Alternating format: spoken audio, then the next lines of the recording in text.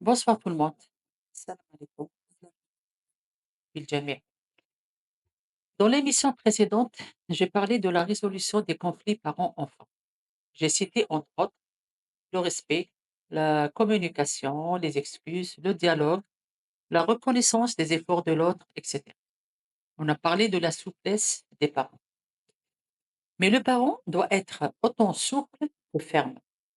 Quand je dis ferme, ça ne veut pas dire tout interdire. Et quand je dis souple, ça ne veut pas dire tout accepter ou tolérer de la part de maman et papa. L'enfant doit voir en toi une maman et un papa doux, affectif, attentionné, gentil, en qui il a confiance, comme je l'ai bien expliqué dans l'émission précédente. Cet enfant doit voir en toi quelqu'un à qui il peut ou doit se confier en toute sérénité, en qui il peut aller automatiquement quand il en a besoin. Le parent doit être la première personne à qui il pense l'enfant quand il a mal, quand il a peur, quand il a besoin de se confier, de raconter ou de s'exprimer sur peut-être sur cette douleur qui le ronge de l'intérieur et qu'il ne sait pas ce que c'est. Être souple est une bonne chose, même une très bonne chose. Mais en parallèle, la fermeté s'impose. La fermeté, c'est une façon d'éduquer. C'est un élément qui remet l'enfant sur le droit chemin. C'est une méthode qui fait comprendre à l'enfant que sa liberté est limitée, qu'il n'a pas le droit d'aller plus loin. Sinon,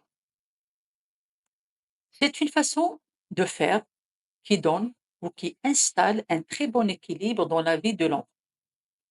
C'est une technique qui fait comprendre à l'enfant qu'il y a toujours quelqu'un qui corrige ses erreurs, qu'il n'est pas livré à lui-même.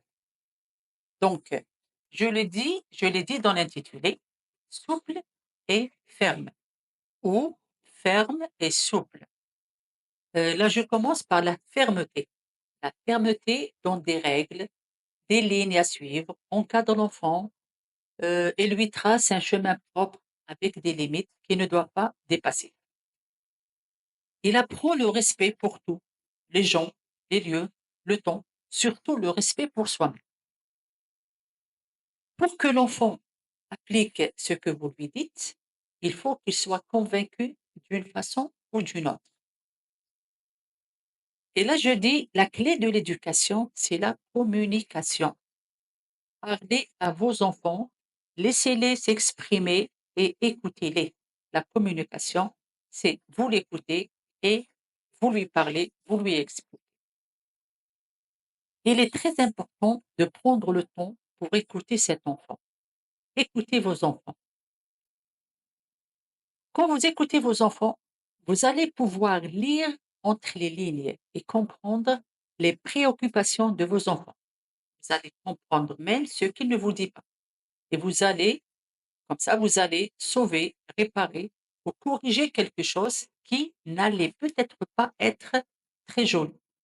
Et là, je fais allusion à toutes ces histoires tristes qu'on n'arrête pas d'entendre ou de vivre au quotidien, où les victimes sont toujours les enfants.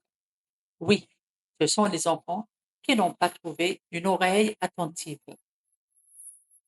Ma conclusion pour aujourd'hui, c'est et l'enfant doit avoir une figure aimante, douce, gentille, attentive, à l'écoute, qui pardonne, qui parfois ne juge pas sévèrement.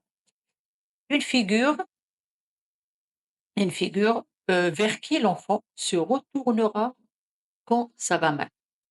Et là, je m'adresse surtout aux mamans qui, instinctivement, sont la source de l'amour et de l'affection. Notre devoir, nous les mamans, dans la vie, c'est de protéger nos enfants et, et même les enfants des autres. Et si j'insiste sur l'affection et l'amour plutôt, pardon, et l'amour, tout simplement parce que l'enfant ne donne que ce qu'il reçoit. Sur ce, je vous dis au revoir. إلى اللقاء. السلام عليكم ورحمة الله